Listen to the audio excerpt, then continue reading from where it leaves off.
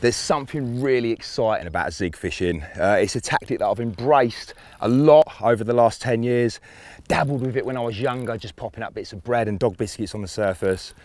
But yeah, the angler that appreciates that carp can be caught in more ways than just a pop up on the bottom or a bottom bait rig over some pellet or boilies, they really do go on to catch some great fish. They just work all year round. Gonna see what this is. It's been a little bit quiet this morning, but the sun's right up now. See if we can get a couple of fish.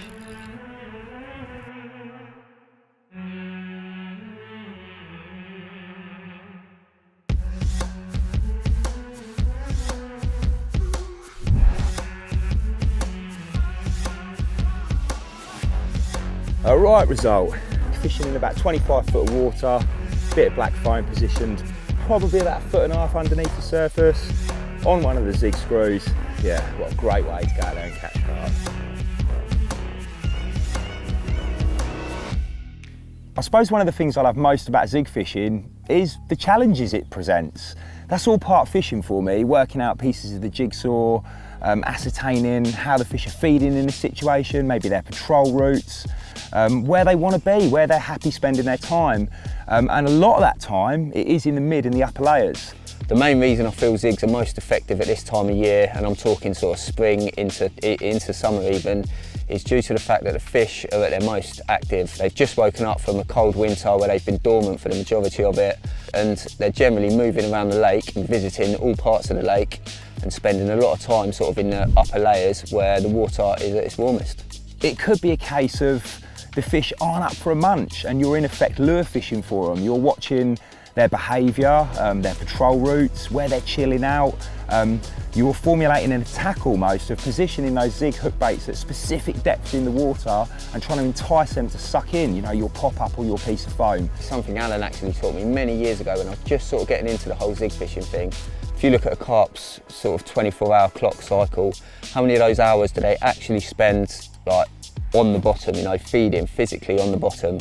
Yet we're all out there with baits that are on the bottom, and realistically you're only waiting for that sort of 1-2 hour slot, normally a morning or an evening or during the night, and the rest of that day you're just missing out on vital bite opportunities, which is where the zigs come into it. As I mentioned, carp fishing in general presents problems to us as anglers.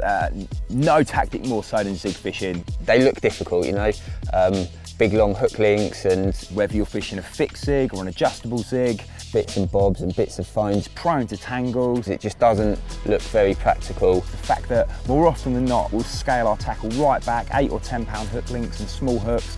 And until you get your head around them and start gaining a bit of confidence in them, I can see why people choose not to use them.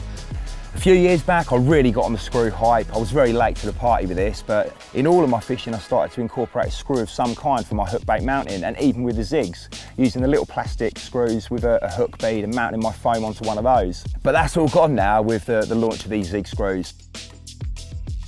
So the idea of the Zig Screws actually came around in spring 2018.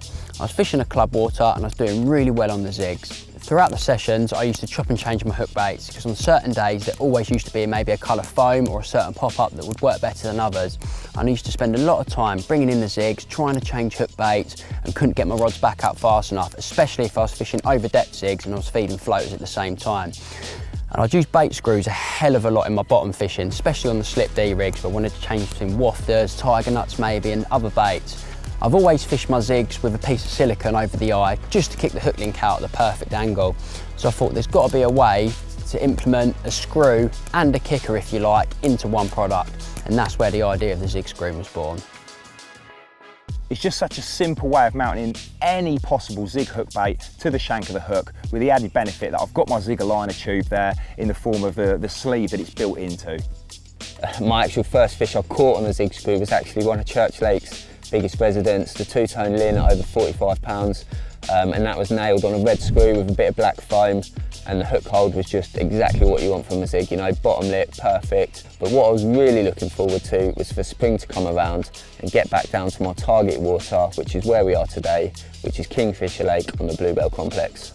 So I turned up for my first session of the year and I knew instantly that zigs were going to be the way forward, what with it being spring. I got them out there, all 3 rods, different depths, different colours, and within sort of 24 hours I'd managed to land one of the lake's biggest residents, hardtail, at just over 45 pounds, and once again it instantly proved just how effective the zigs can be. To create a zig hook link utilising one of the Zig Screws, it couldn't be simpler. I take my chosen hook, which more often than not is a float or claw. Depending on the size of the fish I'm fishing for, the size of the hook bait, it will range from anything from a size 12 all the way up to a size 6. Take my monofilament, more often than not 10 pound NXT Zig Flow, and I'll thread that through the eye of the hook along the shank and create a knotless knot, but there's obviously no requirement for a hair here. I'll whip it around, probably around 12 times. I like to whip up quite a lot of the shank because that just helps to bite and grip the Zig Screw onto the shank of the hook. I can then slide my chosen Zig Screw along. There's a range of different colours available to match the hook baits you're using. Wet the hook with the knotless knot on it and just simply slide the Zig Screw onto the shank of the hook, leaving around 2 to 3 mil coming off the back of the eye to create that nice angle and stopping the monofilament from kinking and closing the gape of the hook up too much.